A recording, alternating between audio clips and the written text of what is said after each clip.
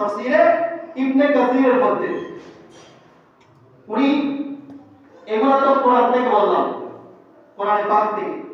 এবার হাদিসে পাকের মধ্যে আমরা আসি, যে হাদিসে পাকের মধ্যে কোন জায়গায় সাহাবায়ে কেরাম নবীজিকে ইয়া রাসূলুল্লাহ বলে আহ্বান করেছেন কিনা, ইয়া রাসূলুল্লাহ বলে আহ্বান করেছেন কিনা, যদি আমরা এটা দেখতে চাই তাহলে একটা হাদিসে পাক শুনেন। বাইহাকী শরীফের হাদিস, হযরতে মাসিনা রাদিয়াল্লাহু তাআলা থেকে হাদিসটা রওয়ায়াত হচ্ছে। উনি বলছেন ক্বালু, সাহাবায়ে কেরাম জিজ্ঞেস করলেন ইয়া রাসূলুল্লাহ, কি বলে?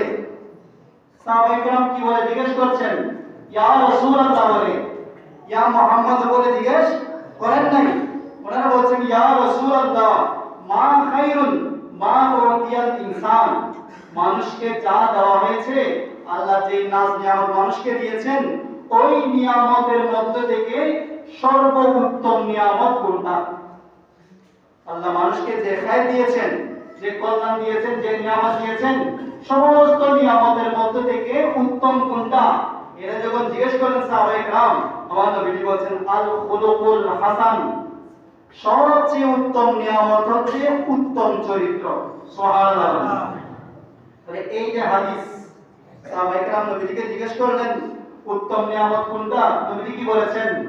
উত্তম চরিত্র, ভালো চরিত্র, এটাই সবচেয়ে বড় নিয়ামত। এই যে এই কথাটা নবীজির কাছে জিজ্ঞেস করলেন, ইয়া মুহাম্মদ বলে জিজ্ঞেস করেছেন, ইয়া ইবনে আব্দুল্লাহ বলে জিজ্ঞেস করেছেন? জিজ্ঞেস করেন না, কি বলে জিজ্ঞেস করেছেন? ইয়া রাসূলুল্লাহ বলে জিজ্ঞেস করেছেন। শুধু তাই নয়, এই হাদিসে পাকের মধ্যে তাফসীরের কিতাবের মধ্যে তো অনেক riwayat আছে, অনেকগুলো riwayat আছে। আরেকটা